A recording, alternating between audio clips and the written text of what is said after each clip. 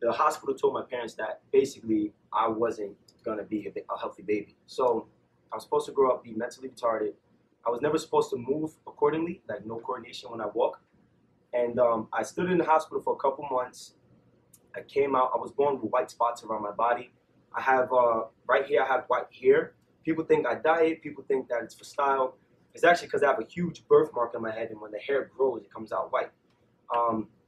So right there and there, I was born with a lot of, I say against the odds, but a lot of people would complain about it. I loved it.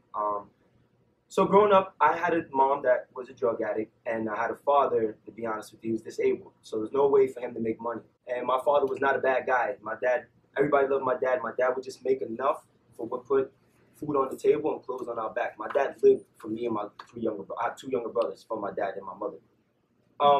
So growing up, I was in a situation where life was okay. It wasn't that great. I was used to being poor. Food stamps comes on every second of the month. I was excited for it. And then my sister had 3 kids. I have an older sister that was from my mother's married side. She had 3 kids, and life was good. My mom was clean for those 3 years when my first nephew came into this world. My mother is clean because she was motivated to be clean. She wanted to be clean. She had grandchildren. So one day I wake up, and it was the middle of the night. I remember like it was yesterday. I get the goosebumps every time I talk about it, and I hear my mother scream. I'm like, why is she screaming right now? I was like, I had a big fear that my mom was back on drugs again. So I'm like, oh man, she's on drugs again. Then I open my door and I see my mother run full speed past me, and then my brother run full speed past me. I look at the time, it's 3 in the morning. Come to find out that night, my sister killed her daughter. My sister killed my niece. My niece was born in a situation where she was having seizures like once a week, I say, every other day, and it got to go into every other day. So the story as a kid, I was told 30 different things. They shook the baby too hard. Her boyfriend shook the baby too hard, and she died by her neck snapping. And my sister went to jail for being a witness. But as a kid, you know, my mom kind of told me the story different. Everybody told me the story different because they didn't want me to go around knowing my sister had something to do with it. But, you know, as I got older, I found out it was kind of like a planned situation because they had a baby that was sick. So while that happened, the cops come. The news reporters were there before I even got there. I walked there. The cops was there, and they took my nephews right away. So that was the last time I ever saw my 2 nephews. I had a nephew that was 3, and I had a nephew that was 1.5. Never saw him again. The cops took them. I saw the cops arrest my brother-in-law and my sister. They go to jail. And then, you know, my mom just loses it. My mom, like, really loses it. Like, her soul was lost. Before that, my mother lost her mother, which was her best friend a year before that. So right there, I was in a situation where, like, I didn't know what to do. My father was a man that did everything he had to do every day to make sure me and my brothers had food on the table, but he didn't have enough money to own an apartment for me to move in with him. He lived with a roommate all the time, so we used to visit my dad every weekend. My dad's the smartest man in this world, like in my eyes, because he taught me, he raised me to become the man I want to become. And I want to get that out here now, because this was hard for me, but I had a father in my corner the whole time during my story. So then when I went home, 2 days later, my brother gets arrested for assault and robbery. So right there, when I come home, I have no older brother, I have no older sister, I have no nephews, I have no niece, I have no brother-in-law, and my mother is just not here with me, like spiritually, she's not here with me.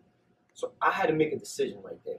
I was 10 years old, I remember like it was yesterday, and I went in my room and I looked at my ceiling and I closed my door, and like I didn't know how to react. I had people telling me, oh my God, I feel so bad for you, and then I had certain people tell me, like, you know, everything's gonna be okay, you know, and I didn't know which side to pick. But right there and there in my life, I realized that the energy that I had built up with me, the anger I had built up with me, I can use that energy in a way that my brother used it, in a negative way, or I can use it to empower myself. So right there and there, I was like, you know what? I want to get the energy out of me. So that's why going to the gym is very good, exercise, because we have a lot of built up energy in us. And I realized this at 10 years old. So I was like, you know what? I'm going to go to the basketball court and I'm going to take as much jump shots as I can. When I went to the basketball court, I had a basketball court. I'm from Jersey City, New Jersey. I had the whole view of the New York skyline. But people come to my park, that park, to take pictures. And when I was shooting, and I said, you know, things are going bad in my life right now, but I'm across from the most populous city in the world right now. Like, I could have been born anywhere. No offense, I could have been born in a country in Texas somewhere, and this could have happened. I was like, I can make something happen out of this. So I went to school that Monday, and the counselor was all over me. The teachers were all over me. Come, counselor, we need to talk to you. They thought I was going to lose it. So the counselor was very persistent that whole week trying to get me to go to counseling. But I made my little brother go because he needed it more than me. He was only 8 years old at the time. So I had an idea. I said, what is the best way I can get out of this situation and go the opposite way that my mother did, that my brothers did, or my older brother and sister? I said, I did a lot of research, and I had the best high school basketball team in the country in my school, in my city. It's called St. Anthony's. My coach was Coach Bob Burley, legendary coach. So I said, if I get a scholarship to this school, they got 100% college acceptance rate here. I would definitely go to college. And I can possibly, I can have a possible scholarship for college and don't have to pay nothing. I don't have to take student loans. So I had this idea rushing in my mind this Monday during that, when counselors are trying to talk to me. So I said, I got an idea. He said, what? I said, I'll make a deal with you. I said, I will come in every day and talk to you 6 in the morning if you come to the gym and catch my rebounds. He was like, 6 in the morning. He said, do you understand I'm here from 8 to 4? I said, listen, I will make it happen. I will come here. Look, and I told him, I made a deal. I said, if I miss one day, you never come again, and I'll come here every day to your office after school. So he was like, okay. He thought in his mind that I was going to miss a day the next 2 weeks. I didn't miss a day for 3 years. 6th grade, 7th grade, 8th grade. Never missed one day of school. Had perfect attendance. Was there every day. Took as many jump shots as I can. Come to find out, Coach Hurley's daughter was a teacher in my school. My brother was her student. They get in connection. My brothers are going to class. You have to tell your dad to come see my brother. My brother's really good. My brother's really good. So she planned to get her father to come see me, play basketball. Before that, I'm not going to lie to you guys, I lied to everybody I grew up with and said I had a scholarship to St. Anthony's. They're like, why are you going to play basketball in the morning? I'm like, I got a scholarship. They're like, you got a scholarship? I'm like, yeah, I got a scholarship. Because I knew if I told them I had a scholarship, I had to get up in the morning. I had to take those jump shots, and then I had to go after school and practice more. So I've already told people I had a scholarship, but I didn't have that scholarship. But in my mind, I believed in it. I visioned it my 6th, 7th, and 8th grade year. So school's done. Summer comes. I still had no scholarship. Coach Hurley never came to see me. He was a busy man. Our basketball season was his basketball season. So in my mind, I said, I'm going. One day, a week before I had to start public school, high school, he shows up to a basketball game. He comes, happens to come on the day that we played the best team, which was Union City. And the guy, they was cheating. The guy that was playing on the team was 22. I'm over here 14 years old. I'm like, what am I going to do right now? I dropped 55 points that game. Because that kid didn't shoot as much as jump shots as I did in the morning. And that kid came to the park that I played in every day and took my pain out. So all those jump shots I missed was right before they got there. So my practice through those 3 years paid off at that one moment. As soon as I was done playing the game, he came, he took my head like this, and he said, I'll be in touch. Gets on the phone, and while he's walking to his convertible Audi, he's on the phone saying, when I was young, I wasn't best in shape. He said, I got this little chunky kid. We can get him in shape. He's baby fat. We get him in shape real good, and we can make something out of this kid. He gets off, pulls off. I wait every day. I didn't get a phone call. So orientation starts. I get a call from Ferris High School, which was the high school that, very bad high school in the city that I had to go to. And I put my uniform on. I walk into school, and I still don't believe I'm going to this school. I'm like, yo, I'm a friar. I'm a St. Anthony friar. But I'm about to go. And some reason, I was like, maybe this isn't going to happen for you. But some reason, I said, no, don't think like that. Think positive. As soon as I walk into school, there's a fight that breaks out. I'm like, oh, my God. Then my phone rings. I pick up my phone. Coach Hurley, hey, Nate, it's Coach Hurley. Your scholarship is here. Come bring your paperwork, and you have to do a registration fee. I said, okay. I drop the phone. I look at the fight, and I just turn around, and I walk right out of that school as fast as you can. I walk over there. I start at St. Anthony's. So as soon as I start school, unfortunately, my mom's situation it was getting tough. It was getting tough. My dad got tired of us going through it. So my dad got us a hotel room. And it was only supposed to be a weekend thing. So we go see a movie, we're sitting there in the hotel, and that 2-day hotel trip turned into about 2 to 3 years. I stood in the hotel, and the hotel was right, if you guys ever come from Jersey to New York, it was called the Holland Tunnel. It's called the Holland Inn. I lived in that hotel for 2 to 3 years. That hotel was 1 block away from my high school. So of course, I'm in a situation again, like, okay, I got the scholarship. I'm not getting that much playing time. I'm 6'3", I'm the shortest guy on my team. I'm playing for the #1 school in the country right now. I have to find a way out of this again. And what I took advantage of is they had a free computer with internet in the lobby. So I'm like, yo, listen, I'm going to use this computer. I'm going to do something. So I started getting better in basketball. I started taking my pain out. One day after school, a teacher sit me down. They're like, Nate, we know that you live in a hotel. We want to help you. They tried to give me food and stuff. And it was like very embarrassing for me. I didn't want nobody feeling sorry for me. My father raised me never to feel sorry for myself. So I'm like, no, it's okay. I'm good.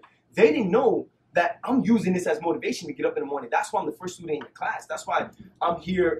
I'm outrunning any player on the team. I'm getting to practice before them. I'm not messing up my character because I know where I'm coming from. When other kids are taking advantage and coming late to school and being disrespectful, I'm there with I went to a private school. I had a full scholarship at a private school. I'm in there with my shirt tucked in, with my shoes on, with my khakis, and I'm sitting there ready for class because I know that in order for me to get a scholarship, the first thing a coach wants to know how my grades are. Another thing they're going to want to know is my character. So I know if I would have worked on my character, my grades from my freshman year to my senior year, regardless how good I am in basketball in this program, I'm going to get a scholarship regardless. I'm not paying for college. I don't have a mom to pay for college. I don't have a dad to pay for college. Come to find out, sophomore year comes, junior year comes, I start getting good in basketball. I start getting a lot of playing time. Everything is going good. Then one day, my coach stops and goes, after the game, he's a good game, he goes, they're going to open up a football program. I think you should try it. I was like, what? I never played football in my life. My heart dropped. I'm like, that hurts. That's like your idol telling you, hey, listen, you're not good enough. Go play this sport. But I didn't take it like that. I said, if he's going to tell me this, he wants what's best for me. He knows that this is for a reason. So I said, all right, fine. I tried out football, and I didn't get no playing time. I missed the whole summer camp of basketball. I go in, and we got 4 scrimmages. I didn't get no playing time on the sideline. Then they bring a transfer guy in that had a Division I scholarship to Temple University, played defense, but when you get a scholarship to like a Division I school, they want to see you play offense and defense. They want to see how good you are. So now I was second string, now I'm third string. So I'm sitting here, I'm like, what can I do? One thing that I knew that this kid didn't do that I did is he didn't work on his character. He didn't make every day count like I did. He didn't wake up every day with the vision like I did. He didn't go through what I've been through. So I said with my dad one day, and I come home crying. The first game of the season goes by. I said, Dad, man, I made a huge mistake. I dropped basketball for football. I'm not getting no playing time. What do I do? My dad was reading the newspaper. I'm like, Dad. He puts his newspaper down, and he said the most simplest thing in the world that at the time I didn't understand it. I didn't want to hear. I wanted him to give me a hug and baby me. He said, when a man goes to work every day, that man gets paid. Put his newspaper up. I'm like, what? I'm like, what are you talking about? What? So I went in the room, and then I really thought about it. And I said, if I go and I outwork this kid, if he benches 200 pounds, I'm benching 202 pounds. If he gets to practice at 3, I'm getting there at 230. If I do this, I'm going to outwork this kid, even if he's a Division I football player, even though he played football since he was 5, I'm going to do it. I did it. First game goes by. First game in the regular season, didn't get no playing time. And I kept my faith, just like I kept my faith when I was in grammar school, just like I kept my faith with the whole high school situation being in a hotel. I kept my faith. I said, no, this is meant to happen. Out of nowhere, the kid gets suspended for the second game of the season. Out of nowhere, they give me an opportunity. I scored 2 touchdowns, had over 100 yards of receiving. That kid never got a spot back. So I said, okay, now I'm in the gate. Now I got my foot in. How can I get the scholarship now? It's my junior year. How can I get the scholarship? I thought of ways. I go to my coach. I said, I want a scholarship. He said, you want a scholarship? I said, yeah, I want a scholarship, man. I need a scholarship to college. What do I need to do? He said, you need a highlight tape. I said, let's make a highlight tape. He said, oh, yeah, we'll get to it. He didn't want to do it. He had a lot of things on his mind. Remember, this is the first time the school ever opened a football program. This guy got enough stress on his mind already. So what I did is I went home to that computer that was in the lobby in the hotel, and I made a highlight tape over other people's highlight tapes. So if you made a play and I was in it and I made a play, I made me my highlight tape. So I come back and I said, hey, I got a highlight tape. He said, how you have a highlight tape? I said, listen, man, I got a highlight tape. Look. He goes, oh, wow, impressive. He goes, now we need to contact coaches. I called like 3 coaches that I'm like, oh, he's not going to do it. I got to do it myself. So I got up. I went back to the hotel that week, and I said, I'm going to get myself a scholarship. He's not going to do it for me. I went on Google, and I put Rutgers.com. I went to Rutgers coaching staff. 10 coaches came up. I went to the first coach. I called his office. He didn't pick up. I leave a message. His email was there. I emailed him. I gave him a whole story, a whole bio, and with my highlight tape, and I told him my GPA. I sent him a transcript. I did all that, and then after that, I found him on Facebook. I said, I'm gonna find this guy on Facebook. If he doesn't see his email, if he doesn't see his phone ring, or he doesn't hear his messages, he's gonna be on Facebook. So I got him on Facebook. When Facebook didn't go, when I sent to Facebook, maybe he doesn't have Facebook. Maybe he has MySpace. I found him on MySpace. That was one coach. It takes me about 25 minutes to do that. Then I go to all 10 coaches on that coaching staff. At the end of my junior year, I emailed over 3,000 coaches. Only 5 got back to me. 4 of them said, oh, it looks good. Let me know your senior highlight tape. Let me know this. And I'm like, okay. Delaware State University emails me back saying, we want you to come down and see the school. I was like, okay, cool. So I go down, I see the school. They love me. My father's a disabled man. He can't walk. That's why he has this disability. He can walk, but he has a bad limb. He needs to get his hip replaced. They put him in a nice golf cart, took him around the whole campus, we had a hotel. This time when we had a hotel, I had my own bed. My brother's not sleeping next to me.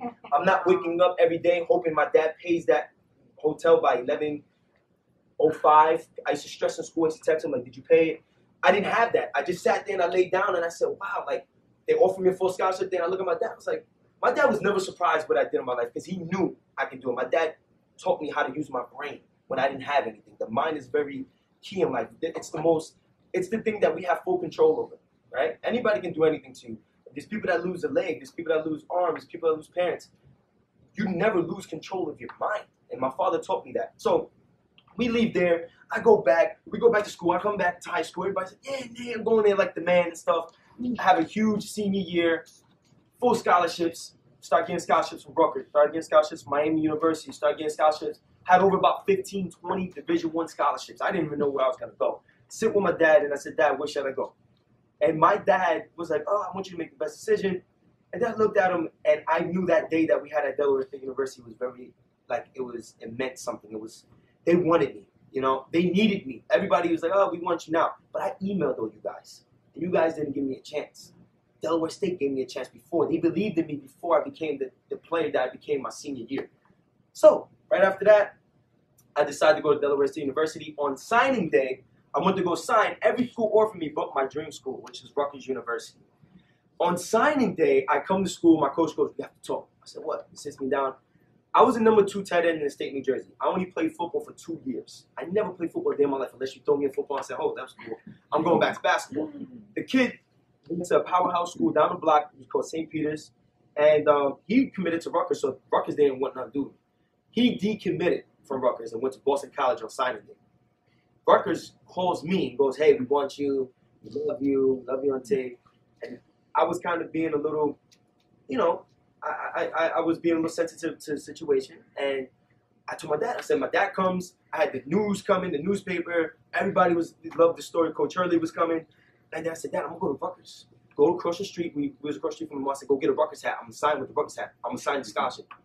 And my dad told me, he said, you gave your word to Delaware State. I raised you to be a man of your word.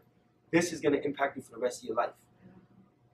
Because I committed verbally. And I was like, come on, Dad, not now. Like, that's the first thing I said, like, not now.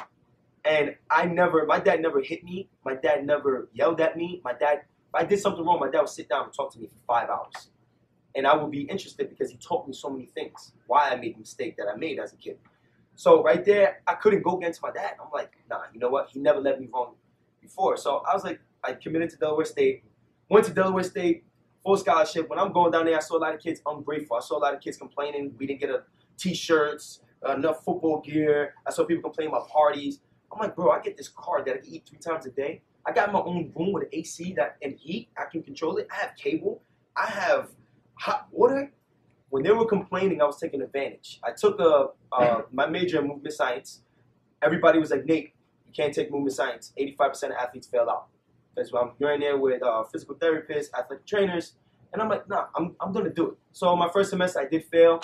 Second semester, they said, listen, if you fail 1 class a semester, you lose your scholarship. I said, listen, I'm not, this is what I want to come for. This is what my passion is. So I stood with it. I do well. I hurt my back that year from squatting too much. So my career was almost over. My freshman year, I go crazy because I'm about to lose my scholarship. The doctor said I'll never be able to play football again after my freshman year. So I was like, man, listen, I'm gonna play. I did rehab. I was supposed to do it 1 time a day. I did it 6 times a day. I did it when I first woke up. I did it after breakfast. I did it at rehab. I did it after rehab. I did it after dinner. I did it right before bed. Every exercise he told me. I came back 6 months later, 6 games into the season, ready. They were like, you were never supposed to play again. I was like, listen, you guys believe these things that people tell you. I don't believe those things. Start playing my freshman year, sophomore year, junior year. I blow up at the school. I was the first tight end in the school in 15 years. I had NFL teams recruiting me. Everything was going great. I was like, I'm going to take care of my family. Everything's going to go down the right path. First day of my senior year practice, I had a lot of pressure on me my senior year, but I was excited because if I did good, I was going to the NFL. I was taking care of my family. First day of practice, my teammate runs right into my spine. I herniated 3 discs, I pinched a nerve, and I couldn't walk. I was never supposed to walk again. I go to the hospital. I'm on the hospital bed. I call my girlfriend. I said, you need to come down here. She said, I need to come down to Delaware. I said, you need to come down here. I might not be able to walk again. Like, this is serious. Like, I think I'm done. So she rushes down. My brother rushes down. I'm in the hospital bed, and I'm thinking, why? Like, why did this just happen? Everything. I thought my story, like, I've been through enough since I was 10. So I'm on the hospital bed, and then I start laughing, and my teammate was there. He's like, you good? He thought I was on drugs because he was trying to give me drugs. I didn't want the drugs. He said, you good? And I said, nah, man, this happened for a reason. He said, Nate, not now. He was my roommate. He said, Nate, not now. I know I can't walk right now, but I'm going to be able to walk. I'm going to bounce back from this, and this is going to make me to the man I want to become. So right there, I said, I'm going to make YouTube videos. I'm going to make motivational videos. Since I was in college and high school, kids would get around me like this all day in the lunchroom, and we'll talk for hours. I had kids talk to me. You have a freshman that came in, his girlfriend broke up with him, that's in California. The kid has a broken heart. I'll help him get through it. You have a kid that has a mother that had the same situation as me, or a kid that was abused as a kid. Everybody came to me like this. All the baseball teams, everybody came to me, and I'm like this. So this is not new to me. So after going through that, I go in the x-ray. My spine is all messed up. I go back to the room. I went through a little depression. I get a phone call. My coach tells me to come to the office. Like, sits me down. I was supposed to have 3 semesters left. 1 semester for my last semester was supposed to be for an internship before I go into the real world. And then I had 19 credits to split. He told me I only have 1 semester left for scholarship. He knew my career was over. I knew my career was over, but I didn't want to hear that right there. I just heard my back was done from a spine surgeon. I'm sitting there, and I go. My teammate literally carried me back to the car, brought me back to my room, and I'm sitting there like, okay, I have 1 semester left. I can't walk. I can't move. I'm depressed. So I was like, you know what? I'm going to do the internship, and I'm going to do the 19 hours of credits in 1 semester. I'm going to get it done. They don't think it's possible. I'm going to get it done. I start doing my rehab. Since I didn't get the spinal surgery, I didn't really get good rehab. I had 6 weeks of rehab. That's it. I'm supposed to have like 6 months with the spine. They only give me 6 weeks. It's all good because I studied the body. I did this in school. I understand what I was going through. Muscle imbalances and all that kind of stuff. So, comes down to it. I start my semester. I was like, I'm going to finish off with 4.0 this semester. I'm going to finish off. I'm going to get the best internship, and I'm going to graduate, and I'm going to walk across that stage. Everybody's like, this kid's crazy. I'm like, all right. That semester finished. I finished with a 3.95. One teacher gave me a B+. I'm like, come on, dude, just give me the A. I get that, and I walk across the stage with a full scholarship. I knew when I got my diploma, I was like, listen, man, I don't owe $0 student loans. Before I went and graduated on stage, I was in my cap and gown, and I was on my laptop, and I saw my account, and my account said $340,000.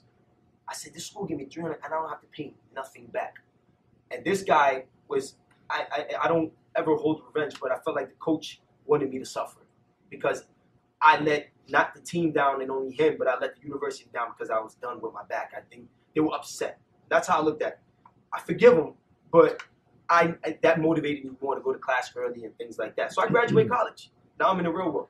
The thing is I'm in the fitness world. When I went through what I was going through, I gained weight. I didn't move. I was eating a lot. And I was depressed, and I knew if I go as a trainer, I want to be able to know what I'm talking about, look like what I'm talking about, be confident. I wasn't confident. I couldn't speak and help a client out because I didn't look the part, So how can I motivate somebody if I'm not the part? I couldn't even squat. I'm walking now, but I can't move. I can't do exercises. So I graduate. My girlfriend's father says, listen, I want you to stay here. I don't want you to go to Jersey City. I don't want you in that. Stay here. Don't worry about nothing. I'll take care of everything. You and my daughter have big dreams. See, I found a girl in college that when I was in college that knew my whole story. She was there for me the whole time, and the biggest thing is that when I lost my football career, when I lost myself, I thought I was going to lose her, and I didn't. She has dreams too. She's an actress. She was on Law and Order, Nickelodeon. She did Netflix. She did all those big things. Only 22 years old. So we understand each other. I found somebody that knows what I'm going through. I get there. I'm sitting in her room, and I said, I got to make something happen. She's like, baby, just graduated. This is the day of my graduation, by the way, guys, my car broke down. So I had to, it was crazy. It was crazy. Right? And then when I get everything done with the car, my little brother had 3 buses to take to go to work. I gave him my car. So I'm stuck there, and I said, listen, this is what I'm going to do. I took a piece of paper, and I said, I want to work in the Upper East Side of Manhattan. She's like, why? I said, this is where the people that are successful are at. I want to take care, and I'm just being honest. And I said, I want to lose. I was at the time 290 pounds. I want to lose 80 pounds. She's like, 80 pounds? When? I said, in the next 6 months. I said, I want to get the best certification there is. The certification that I wanted to get takes a 12-month course. I said, I can do it before 12 months. And I wrote these things down, and I wrote down, and I'm just going to be honest with you guys, I said, I want to make $100,000 this year. And when I wrote that, I was like a little doubtful, but then I'm like, no, you did it your whole life. Just do it. So after that, I go through, first thing was check off the goal of losing the weight so I could get the confidence. I lost 60 pounds. I was 220 pounds now. Feeling good. I go into internship at TS Fitness and send my applications out. When I first sent my applications out the first time, I didn't get nobody call me back the week after I graduated. Then 4 or 5 months later, I sent my application out. I had 3 gyms call me back. TS Fitness was one, which was a private studio. I went in there, and I met a guy that's very passionate in what he does. He knew his stuff. And I'm like, oh, man, I can learn so much. He sat me down. He said, look, you don't have a certification. I love everything about you. You have to do 8 weeks of internship. I'm like, all right, cool. He said, but it's not paid. I said, oh, not paid? I said, how am I going to get from the Upper West Side to the Lower East Side? I was like, you know what? I can make it happen. I said, okay, no problem. There was days that I walked from the Upper East Side on 200th Street to the Lower East Side, Upper East Side on 61st Street. But I wanted it. I never missed it. During those 8 weeks, I never was late. And late to me is being about 30 minutes before work. Like, that's late. I was there an hour before work sitting there. He came in, he said, oh, you like coming early? I'm like, yeah. Then when he saw me do it the 2nd and 3rd, 4th week, he's like, wow. He's like, you all right? I'm like, yeah, I'm ready. I need this opportunity. I want to learn. I'm here. This day counts. Did that for 8 weeks. During the 8 weeks, I told him, he said, you got to get a certification. Can you get a certification in 8 weeks? I said, yeah, I'm going to get the NASM. He said, the NASM? He said, whoa, NASM takes a couple months. Let's go for something a little lower. I said, no, I can do NASM. He looked me in my eyes, and that man believed in me. He believed in me. He said, you know what? I know you can do it. I said, oh, you know what I can do it? He said, I know you can do it. You know your stuff. You can do it. The last day of my internship was the same day I took the test. I went to the test, taking it nervous. But every day when I got to that job, if I started at 8, he didn't know I was at Starbucks at 6 in the morning studying for 2 hours. And then I left and studied for 2 more hours. And then I was on the train studying for 2 hours. And I was home studying for 2 hours. I knew I was going to pass this test. When I went in there, I'm around like 20 people, and I hear, oh, man. Oh, I'm like, come on, guys.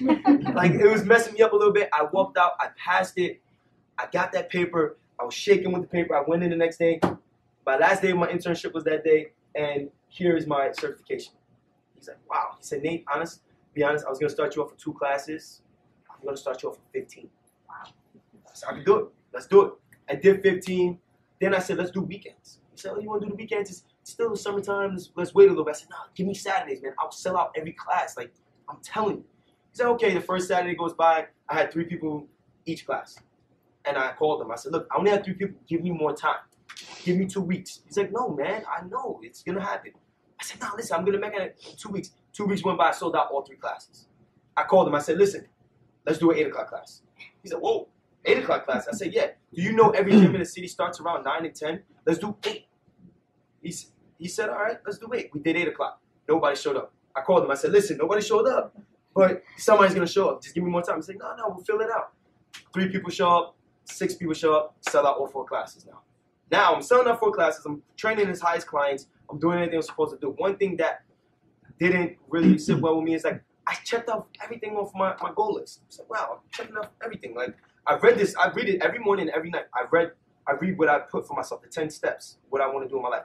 And I said, $100,000 just isn't there. It's not gonna happen here. If I work here, I'll have to work like 4 more years to do it. So it was stressing me out. That was the only thing that was bothering me. Out of nowhere, I get a phone call. Hello? Hey, Nate. Job opportunity in Mamaroneck, Westchester, New York. for the head trainer position to make $100,000. What? He's like, I know your whole story. I know you went to St. Anthony's. You played for Coach Hurley. I'm a huge fan. I went to Duke. My coach had a son named Bobby Hurley Jr., which is the best point guard of all time in my eyes. But he has the most assists in NCAA history. He won championships at Duke with Coach K. And he's a legend. He said, I went to school when they won a championship. I'm a huge fan. Let's sit down. So I went up to Mamaroneck. When I got on, I went on the Metro North. Never took Metro North in my life. Went up there, got on the Express, wound up in Connecticut, called him like, I'm sorry. But I had a habit of making sure that I always was an hour early. So I went to Connecticut, came back, and I was still 10 minutes early. Get there, sit down with him. I'm talking to him. I'm like, I'm in the neighborhood. I'm in the suburbs now. I'm like, this is gonna happen. So I'm trying to like not impress him, but I'm trying to let him know like I'm fit for this, man. Like I can. He's like, Nate, listen, man. I know everything about your story, man. You're the guy. So I'm the guy. He's like, you're the guy. So okay. He's like, I'll keep up with you. I'll leave. I go back home. I'm like, Nate, I might get this, man. This might be big. It's a beautiful town. It's a sticky town. Like if I get one client, I get this client. She's like, baby, it's gonna work out. Calm down. She has to calm down. I'm like, calm down. I get excited. So then I get the job. I tell the guy that I work for, he was really hurt. I was really hurt to tell him because he was like, honestly, he was like a mentor to me. And he is a mentor to me. He taught me so much. And my goal was to learn as much as I can just in case I get put in a situation where I have to run a gym. I'm at a gym now. I'm at a gym. I'm 24 years old. And the other trainer, he's a part-time trainer. He's around his 30s. And then the other two trainers are 50. I'm the young guy, right? I'm from Manhattan. I'm not from Mamaroneck. Really from Jersey City. And my biggest fear, honest with you guys, is that thinking that I have tattoos and stuff. And my thing is like, maybe they'll look at me and think I'm too street. Maybe this, maybe that. And I have the best team around me. I have people that believe in me. And I told them, give me 2 weeks, I'll have at least 5 clients. They're like, oh, okay, listen, up here, it takes time. 2 weeks goes by, I have over 15 clients right now. I'm in my 3rd week now. I started classes. I was like, we should start classes. Like, started classes, sold out my class Saturday. We need to actually make 2 more slots for this Sunday. I train, I have classes for high school girls now and high school athletes. I have a football coach in Mamaroneck contacting me this week. I'm going to train the whole football team out in the off season, like in a month. So I have connections with a lady that's a nutritionist. I have connections with the published lady that publishes everything. Everybody just absolutely loves me. My biggest fear, and when you're in life, you have fear. My biggest fear was them looking at me and thinking that I was too young, judging me by a book by its cover, and they didn't. And I gave them my soul, I gave them my energy, I gave them my story, and they absolutely love me. So now I'm a head trainer in Mamaroneck, and right now I have a great deal with the owner. I say in about like 3 to 4 months, I'll probably have my own spot, and I'll have my own car, and I can get a car. I don't have to worry about this traffic, man. I'm in traffic with years now, you know, so it's a huge difference. But that's my story. I try to wrap it up really quick for you. But my message to you, and I know I'm young, and I know I'm only 24, is that if you want something, just vision it in your brain. Close your eyes, vision it. Get emotionally attached to it. It's very key. Picture that you have it already. And then when you wake up in the morning, you'll be motivated to go do it, right? So it was the time in my life where I woke up and I wasn't motivated, right? And I hate life when I have nothing to be motivated off. I don't like life because it's all about growth. I went through the story with my sister. I went through the story in the hotel because it made me grow. I'm 24, but I'm really like 50, you know? Like, people like, you're like an old man because I didn't hang out with the kids my age. It was so, let's go to parties. I didn't want to go to parties. I didn't want to do these things. I had bigger goals. I wanted a family. I wanted to make sure I found a woman in the future. Like, I was talking about getting married at a young age. People like, you want to get married? Bro, you're good looking. Go get the girls now. Have fun. I'm like, nah, that's not my vision. And when you got to be careful. Sometimes you tell people your vision, people will try to tell you you can't do it or try to tell you to do something else because that's what they did, right? You can't do that. You got to be able to really believe in yourself. Everybody in this room been through something. You've been through something. And if you was able to get through that, you can get through anything. We get challenged to be able to grow, right? If I have you in the weight room right now, like when I have Mary in the weight room, if I can see you can do 25 pounds, I'm going to make you do 25 pounds. It's going to be hard. It's going to be hard to do 10 reps, but you got stronger. Resistance makes you stronger. And I knew that. So when everybody's complaining about their life, I'm like, listen, I got a hard life, but give me 5 years. Everybody wants it tomorrow. It doesn't work like that. And then the same people that I look back 5 years, they hit me up on Instagram every day. Nate, I'm so proud of you. Come hang out. they're doing the same thing they were doing 5 years ago. And I knew that. So you gotta have a vision, you gotta have a plan. It's never too late, and you can do anything you put your mind to. I'm only 25, and before I wrap this up, I just trained a lady from London that met me one day. She's like, "You're a trainer." I'm like, "Yeah." She asked me to train her. She heard that I was coming here. She's like, "Oh my God, that's amazing."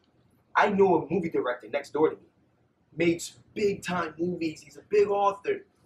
I'm gonna call him and I'm gonna tell him to make a movie about you. And they called and she's on the phone and I was getting dressed in the bathroom, come over here, and she goes, "We're gonna be good. You might go to London real soon." So I'm like, "Okay." And she calls me and then lets me know, "I'm gonna set something up for you to do a speech in the Bahamas." 24 years old. I'm from Jersey City, from the hotels. I got my 2 little brothers, by the way. I had a younger brother that was living with my aunt because my mother couldn't get custody. Now that I have the brother that was under me, owns an apartment, got a scholarship to college, takes care of my younger brother that is in college, that's on a scholarship, and my dad has his feet kicked up right now, waiting for his kids to graduate, waiting for grandbabies pretty soon. But I mean later, like he got. Just kidding, okay. You know what I'm saying? But he's waiting for some grandbabies. My mother is doing very well now. My brother, my younger brother, taking care of my mother. They live down the block from each other now, so she's there every day. And I'm gonna get lunch with my mother after this, and I'm gonna let her know about this story. Sorry if I'm feel the energy in here. The energy is very, very good. You guys wanted to listen. I had a lot of eye contact. You guys made me feel very comfortable. I wasn't even nervous. I wasn't nervous because, especially when you called me last night, just letting me know again. I was like, okay, I didn't know how I was supposed to do this, and I just wanted to be myself, and I was able to be myself today. So amazing. I get that. So I called Nate last night, probably at 10 o'clock, and I hear the chimes in the background, and there's Nate on the Metro North train coming home. It's at 10 o'clock at night from his job. I mean, it's I guess so. When you have certain fears, right? You have this great. I mean, you're so motivated. You have your goals, but when you have these certain fears on the side, like what do you do when sometimes the fears come at you and sort of push them aside and stay on the path? Like, is there any advice that you give to us? Absolutely. That's a great question. What I did is I listened to other stories, right? And the story that I listened to a lot was an artist named J. Cole. Been through the same thing. His mother was white, father was black, mother was a drug problem. Same thing. And I listened to his story. I'll go on YouTube. I'll listen to Kobe Bryant. I watch Kobe Bryant having a bad rookie season, losing championships, and then thinking about his mindset on how to get through that. And then everybody that was great always talked about fear. The first thing you're going to be scared. Fear is going to stop you. And I'm like, if these guys were able to do it, I should be able to do it too. So when I approach that, one thing how I got through fear lately as I'm maturing is I meditate. Before I got here, I was meditating. I was on the train like this. People look at me like I'm crazy. I'm like, okay. I got vibration music in my ear, and I meditate, and I vision myself getting through that fear, and I vision myself doing great here. Because I'm going to do great. And I vision myself speaking. I vision myself doing it already, and it's done. Now I open my eyes, and I go, I got to go do it now. It's done. In my mind, I visioned it. It happened. Now I just got to go do it. I'm very big on the law of attraction. I'm very big on energy. Like, you can hear me talk right now, but you don't see nothing unless I spit by accident. But you don't see anything, but you can hear it. You can hear it because it's vibration. If I go like this, you can hear that. That's vibration, right? But people think that's where vibration stops. When you think, you're sending out vibrations into the world. I'm telling you, you are. Listen to anybody, any great artist. Listen to anybody that is doing great, that's on a high stage in their life. They will tell you your thoughts, the way you think. Not just like, oh, just get up, be happy. No, get emotionally attached. You got to get emotionally attached. Okay, an example. If everybody would close their eyes in here, if you have a wife and you close your eyes and you picture your wife cheating on you, right? You will feel that in your heart, right? What I do is I close my eyes and I do things that excite me. Oh, I'm going to kill it. Oh, I'm going to go to Bahamas in 2 months. Oh, I'm going to London. Like I was a kid, I said, oh, I got a scholarship already. People are like, Nick, you don't have a scholarship. I'm like, I have the scholarship. So getting over fear, I do meditating, I read, and I watch other people that did it before me. So I have a lot of people I look up to as well. So my dad, my biggest fear was telling the guy that I was working for that I wasn't going to be able to work for him anymore. I was only there for 16 weeks, 8 weeks internship, 8 weeks of regular work, and then I called my dad. my dad gave me this long speech, man, and he's like, this is you becoming a man. This is resistance. You got to do it. And I'm just like, how do I do it? I feared it. And then when I did it, it was just like, first 2 seconds when the guy, you know, his name was known to Mir, he was like, I'm happy for you. I'm like, So everything just relieved. So we create fear ourselves, though. That's the crazy thing. I was creating fear this week. I was like, I got on, I said, okay, I got 30 minutes to do the speech. I'll get on the Metro North. It took me about 27 minutes. I close my eyes and I practice the speech every day. Just practice speech for like the last 2 weeks. Like, man, why are you trying to make it so perfect? Yesterday, I came to myself. Yesterday, when I was on the train to Metro North, I was supposed to leave the gym at 7 o'clock. I left it at 9:30, right? Because you got to put the work in. I leave, I get on Metro North, you call me. I'm like, wow, and he's so excited. He's more excited than me. He's like, I'm like, I'm creating fear. So sometimes we create fear. You can't create fear. And I know I'm only 24, and I know my like, oh, this guy, but I'm telling you, please, if it's not coming from me, if you look up anybody, everybody has an idol, they will tell you the same thing. Maybe in a different language, maybe in a different way. It's the same thing.